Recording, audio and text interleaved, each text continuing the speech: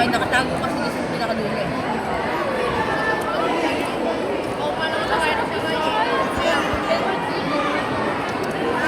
Hindi nga nakakain masyado kasi nakatago sa likod ng pancit. Hindi siya kain. Wala, hindi tayo nakakain.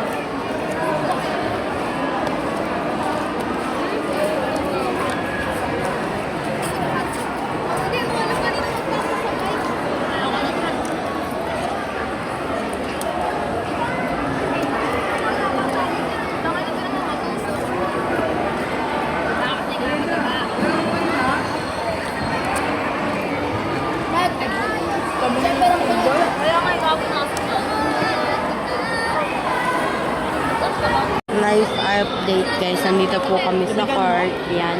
Dami pong mga tulog, may mga nagpipitulog, kami nagsiselfone. Ito po si Sahon. Sahon?